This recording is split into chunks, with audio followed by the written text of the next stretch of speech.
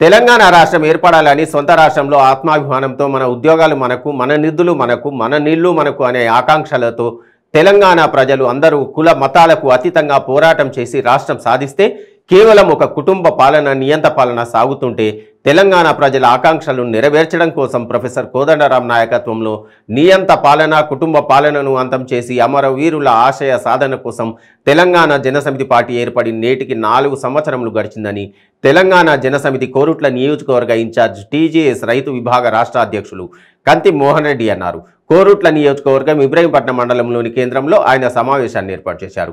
Telangana Janasamithi party 5వ ఆవిర్భావ దినోత్సవం పురస్కరించుకొని కోరుట్ల నియోజకవర్గం ఇబ్రహీంపట్నం మండలంలో పార్టీ జెండా ఆవిష్కరించడం జరిగింది.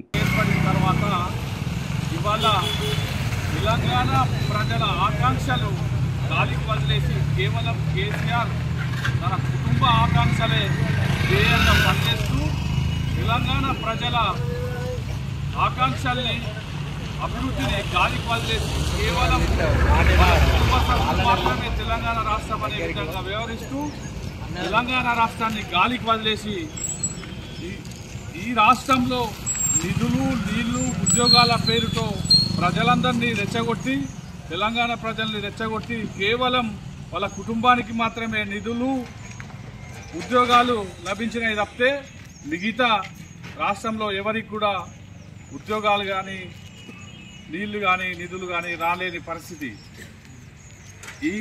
ఈ రాష్ట్రంలో ప్రజలందరికీ అన్నీ అందాలంటే, ఉద్యోగాలు రావాలన్నా, నిధులు సక్రమంగా పంపిణీ జరగాలన్నా కేసీఆర్ను గద్దెదించి ఇంటికి వదిలేస్తే తప్ప ఇవాళ మన ప్రజల ఆకాంక్షలు నెరవేరే పరిస్థితి లేదు.